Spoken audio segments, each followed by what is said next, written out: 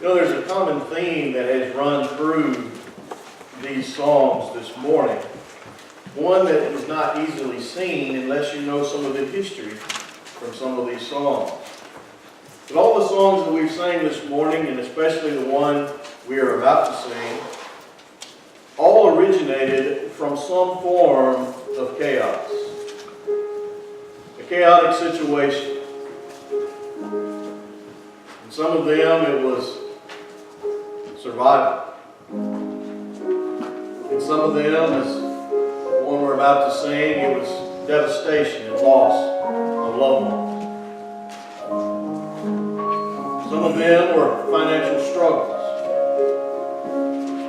But all of these hymns originated out of some form of chaos. We can define chaos in many different ways, but it's just the things in life that upset the good things. Sometimes those times of chaos come as a test. It's an opportunity for us to respond to God. For we see sometimes in the times of chaos come the greatest blessings. This morning we'll be looking at that. But as the writer of this hymn, "It Is Well With My Soul," as he penned these words, he was on a boat sailing across the water. But something about this water was not just normal at this time. Sometime earlier, due to a business transaction, a house did not sell and property was not sold, and so the writer had to stay behind, but he sent his wife and kids on across, and he was going to come later. But as his wife and children began to cross the waters, their boat sank. The two daughters died. He receives a telegram that says simply, "Made it alone." And with the weight and the burden of these thoughts on his mind, he crosses that same water. And as he crosses that water, he pens the words to "It Is Well With My Soul." Maybe you're in the chaotic moments now. Maybe you're dealing with things that have upset your apple cart. And maybe you're really not sure why.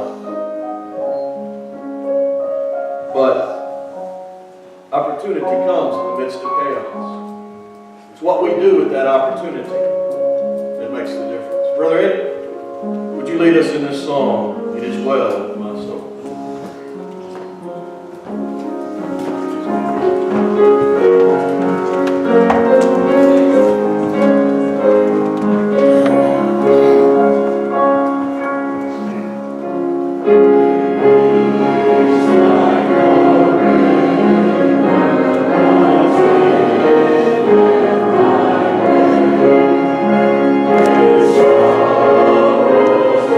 Sweet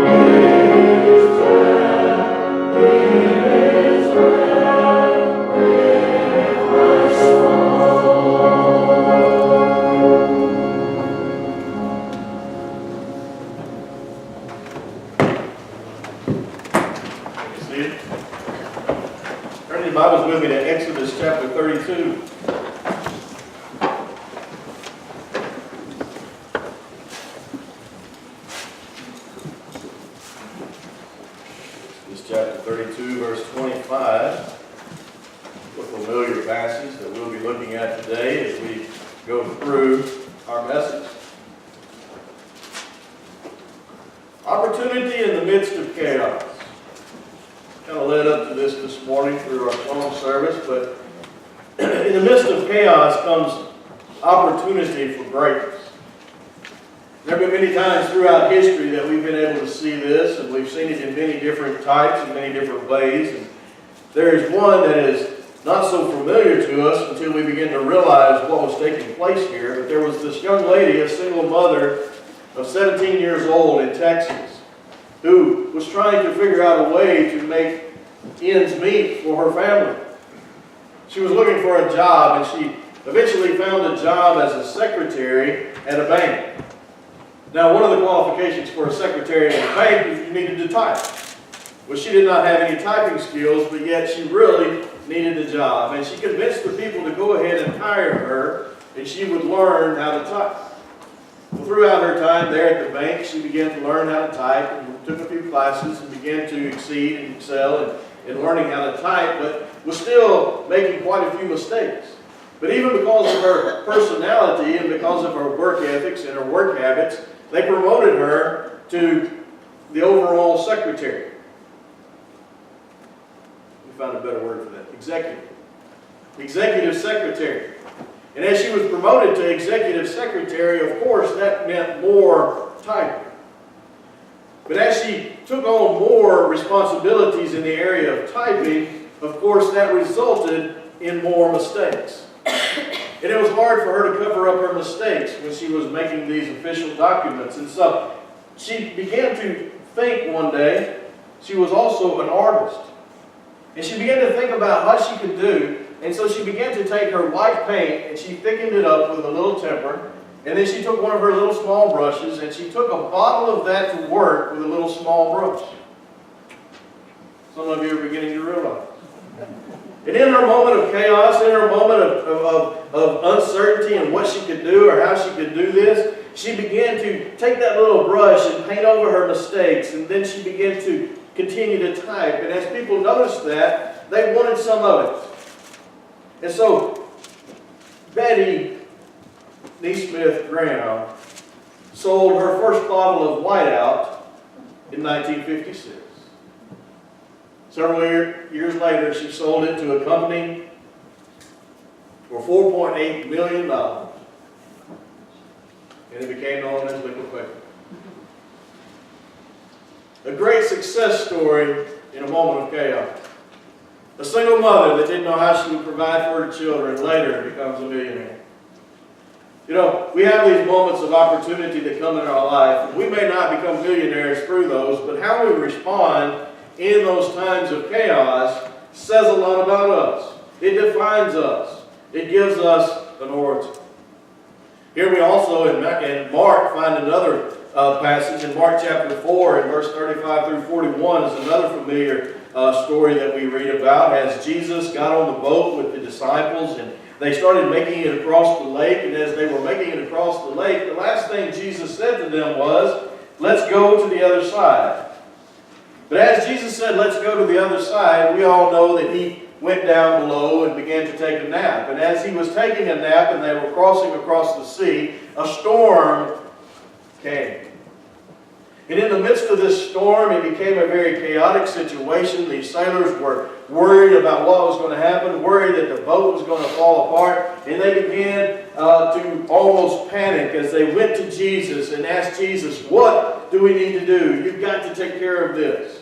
You see, the disciples missed a great opportunity to show their belief in the power of Jesus Christ. You see, when Jesus stepped out, the storm broke out and the disciples flipped out. We do much the same. When we enter into that storm of chaos, we forget. We forget that the master of all things is right there in the boat with us. You see, the disciples very easily could have stood up and said, "Oh, don't worry." Jesus said we're going to the other side. And it doesn't matter what storm we may go through, as long as Jesus said it, I believe it, hold on and we'll be there in a little while. But instead, they panicked. They failed the test. You know, we do the same thing. We go through those experiences and we find ourselves at a moment when it could be a defining moment. It could be that opportunity in the midst of our chaos, but yet because of our choice, we miss the opportunity. We don't capitalize on it. We fail our test. Is there not a cause? I have a dream. It's not what you can do for your country. Or it's not what your country can do for you. It's what can you do for your country. Some of those great moments in the moment of chaos that change many things. Great leaders emerge in times of chaos. It makes me think of toothpaste.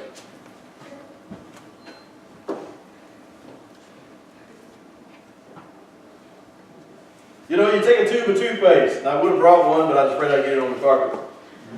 You take a tube of toothpaste, and you can look at that tube of toothpaste, and you can hold your brush up to the end of that tube. You can even spin the end off of it and hold your toothbrush up there and say, "Toothpaste, get on my brush."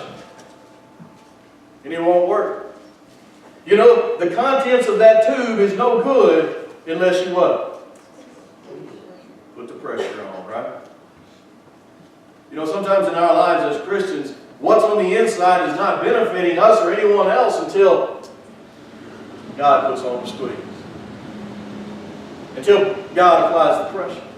And when God begins to apply the pressure, we begin to realize what comes out is evident on what's on the inside.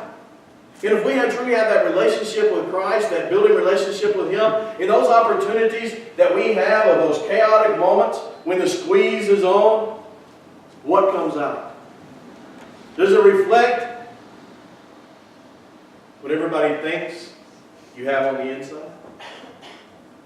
Or does it fall short of what it should be? Because you see, it is those times in a marriage when a husband and a wife really find out who each other are when the squeeze is on. In the times of chaos, when the going gets tough. It is those friends and those employees that you find out what kind of quality they are when the squeeze is on. And even ourselves. We never know exactly who we are until the times of chaos.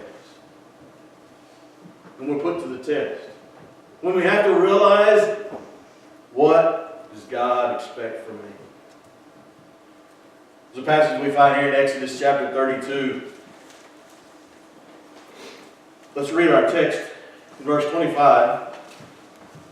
Excuse me while I turn the fan on. Somebody turn my heat up. Somebody thinks some of you ladies will get cold. Some of you men are shaking too, aren't you? It's cold. Thankful for heaters. Just don't turn them up too high. All right, everybody with me now in Exodus chapter 32, verse 25. It says, "Now when Moses saw that the people were unrestrained, for Aaron had not restrained them to their shame among their enemies, then Moses stood in the entrance of the camp and said, 'Whoever is on the Lord's side, come to me.' And all the sons of Levi gathered themselves together to him. And he said to them, 'Thus says the Lord God of Israel, let every man put his sword on his side and go in and out from entrance to entrance throughout the camp. And let every man kill his brother, every man his companion, and every man his neighbor.' So the sons of Levi did according to the word of Moses. And about 3,000 men of the people fell that day." Here was a dividing moment in a moment of chaos. You know, I'm going to have to give you a little bit of history to bring you up to this point. We go back to about chapter 19. And in chapter 19, and especially in chapter 20, God is having this conversation with Moses and is giving him what we call the Ten Commandments. And as he is revealing the Ten Commandments to Moses, God tells Moses, he says, "Go down and tell the people." And as he goes down and he tells the people there, beginning in chapter 20, and he begins to explain to him, or explain to the children of Israel, the Ten Commandments that he has just been given from God. And then the people say, "Moses, you take care, you deal with God, and you tell us because we're afraid." But you have to understand, the presence of God was there on the mountain, and it was thundering and lightning and darkness and all of this, and the people were afraid. But Moses knew to get in the presence of God, that's where he would have to go. And so the people said, you go speak with God. We'll wait on you. And that's what took place. Over the next several chapters, we find where God is explaining each commandment. He's telling Moses, this is what needs to be done. This is how it's going to be taken care of. And these are what I am going to expect from you. But then we come down into this portion where we get into about chapter 32. And God tells Moses, look, your people down there are out of control. You need to go down and check on them. And that's when we find where Moses comes down off the mountain and he begins to realize the condition of the chaos. And that's where we're going to enter in here at this point. As Moses comes down off of the mountain, he sees the chaos. And as he sees this chaos, it causes a reaction within him. But the chaos that he saw was this, of dancing and loud music and improperly dressed people. You see, as he comes down, he faces this situation that was taking place that was very not Christian. Very pagan. Very not what God had just told him. And so he enters into this moment of chaos and he sees all of this taking place. And not only are they jumping around and acting like a bunch of idiots, but he looks over and there is a golden calf. There is an image that has been made of a foreign god. And he sees all of this chaos taking place. And he sees that golden calf. And he turns to his associate pastor Aaron and he says, Aaron, what in the world is going on? And in a moment of chaos, the associate pastor lies through his teeth. I believe it's around verse 26 or 24. Let me not mislead you. 24. And he comes down to verse 24 and Moses says, Aaron, what is going on? And Aaron says, Moses, we threw the jewelry in the fire and out popped this golden calf. Now, that's not what happened. They made that calf with their hands. They carved it. It didn't just pop out. I mean, in this moment of chaos, here is all the people, the children of Israel have failed the test. Here the associate pastor Aaron has failed the test. And Moses is standing there going, I cannot believe what I'm seeing. I cannot believe what is taking place here at this very moment. You are a bunch of needy people. You need God when you're in trouble, but you don't need Him when everything's going good. But the only problem was they were seeking a God that was not the true God. They sought the God of the Egyptians. You know, God had been blessing them ever since they left Egypt. Ever since they came out of Egypt and they crossed the Red Sea, and God provided for them and God met all of their needs, and God had been doing all of these things. Here in this short 40 days, not even 40 days, because you see, God was on the mountain Moses was on the mountain with God for 40 days, and so somewhere around day 20, maybe 18, 24, the people were getting anxious. The people were saying, look, Aaron, he ain't coming down. You see how violent that storm is? You see all this that's going on? You know all the thunder and lightning and everything? He's dead. He's not coming back down. We need a God. That's what we need. We need a God we can worship. And you see, what happened was the God of the universe, the God of all creation, had been leading them, blessing them, and meeting all of their needs. But in their moment of chaos, they tried to fix their own problem. They tried to come up with their own remedies for their own God. What happened was they began to compromise. They began to compromise in their life. Moses saw the compromise.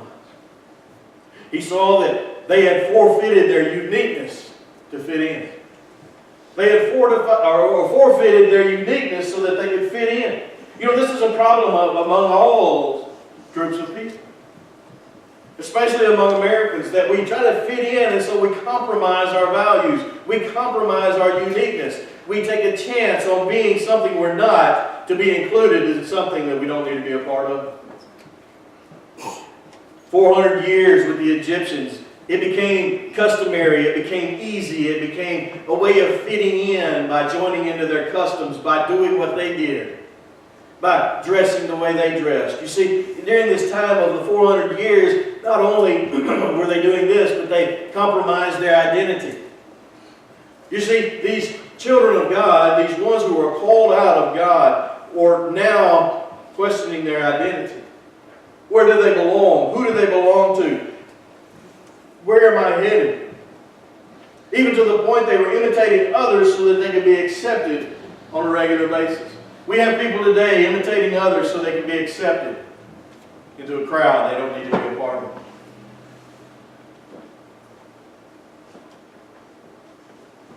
We no longer wear our jeans. They have somebody else's name on them. Got some of y'all's attention. You know, we no longer have our own hairstyle. We want it done like somebody else's. We no longer have our own way of speaking. We want to talk like somebody else. It's funny to me how that happens. People associate with a certain group of people and somebody talks different than the rest of them. They all kind of start talking the same. It's hilarious. I don't understand it, but it's just the way it is. But you see, the children of Israel had become so intermixed and intermingled with the people of Egypt that they lost their identity. But not only did they lose their identity, they also lost sight of their one true God. The God of the universe, the God of all creation, the God that is God. You see, in their loss of the one true God, they began to accept religious things over Christianity. You see, many times in our life, in the society that we live in, we accept and take in religious things. But if these religious things do not point to the one true God and to Jesus Christ, then they are not something we need to be a part of.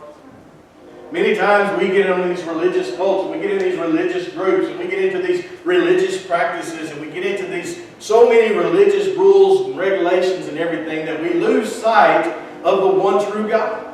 We lose sight of our purpose in Jesus Christ. We lose sight of what we're here for. But they also lost sight of who they were. They got caught with their pants down. As Moses came down from out of the mountain, into the midst of the chaos, the people were called out in the midst of their chaos with their pants down. Here's something interesting that I came across as I was studying. Earlier, back when Moses had come down and told the people the Ten Commandments, he gave them the rules, he gave them the what God's Word had said. But during this time of compromise, Aaron led the people to break the first 3 Ten Commandments. In this short time, before they even hardly were written, they'd already broken through. They had already placed another God before the one true God. They had already made engraven images of an untrue God. And they had already taken the name of the Lord in vain in improper worship. See, in this time of chaos, they compromised their beliefs. They compromised what they knew was right. So now Moses, of course, he has to call them out. He has to bring them to a point of understanding. He has to bring them to a point of focus. There in verse 26, he says, "Whoever is on the Lord's side, come to me." Whoever's on the Lord's side, whoever is in agreement with me, whoever is in agreement with God, whoever, and of all people, at this time, were the sons of Levi. The sons of Levi are the people who joined with him there at the city gate. And of course, the task that he gave them that was very huge. I mean, one of killing their own flesh and blood, one of killing their own friends, one of annihilating those who were not on the Lord's side. A very large, huge task that was not going to be easy. But yet Levi's sons stepped up to the challenge. A little bit of history right quick. Levi's dad was Jacob.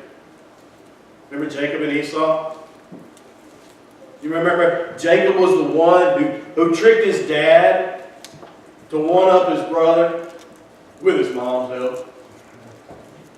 I mean, this guy, Levi, his daddy was a terrible trickster. A terrible man that took advantage of people, but yet his grandmother was just as bad. And so what we see is carrying down through generation after generation. And here comes Levi. And Levi's just going along with what he's seen before him.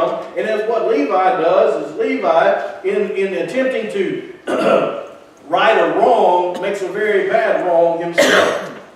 And what Levi does is he goes to mislead the men of Shechem. And as he goes to Shechem, and as he goes there and he begins to deal with these people, he makes a connection with them. In other words, we'll join together and we'll fight together and we'll be all right, but only on one condition. That all your men get circumcised. And they agree. And all the men go out and are circumcised. And about 3 days later, Levi says, all right, guys, they're down, they're weak, they're vulnerable. Let's take advantage of them now and kill them. So here he is, Levi is now alive and taking advantage of the weak.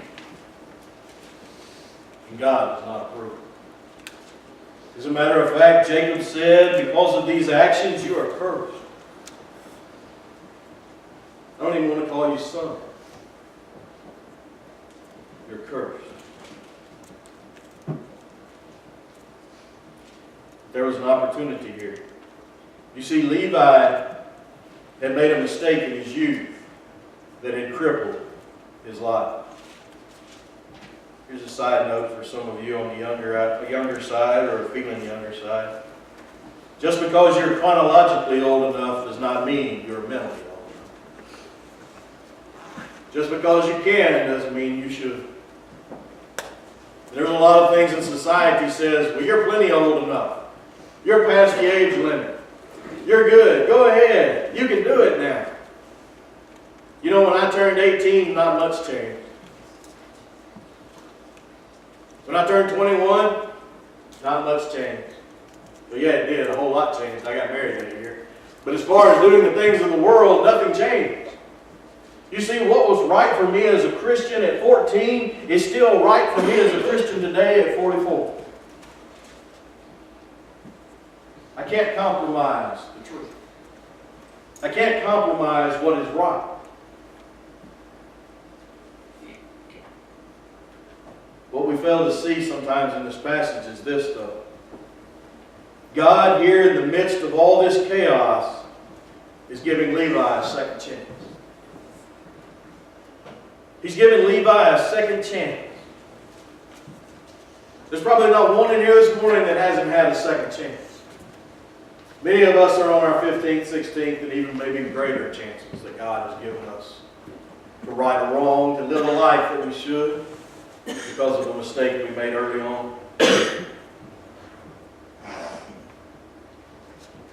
As Levi made his choice to follow after God, it also led to the fact that the Levites inherited the priesthood of Israel. There were benefits and blessings that went along with being in that position that no one else had access to. And because of Levi's correct response to the chaos surrounding him, God blessed them greatly. You know, maybe now is the time for a correction. Maybe it's time for us to make correction in our time of chaos.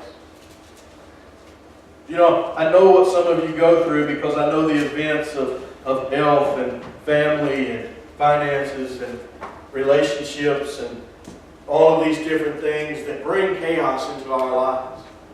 These chaotic moments that just really throw us for a loop. But God says, I'm still here. I'm right here with you. In this moment of chaos, in this time of testing, I need you to hold strong. I need you to hold close and do what is right. See, while driving in a busy city, you miss a turn that you should have taken. And when you miss this turn, the GPS says, when possible, make a what? A U-turn. You know why the GPS says that? Because temporarily you have even confused the GPS in what you've done. But the GPS says, when it's convenient, when it's available, make a U-turn. You know, I believe there are times in our lives when God is saying to us,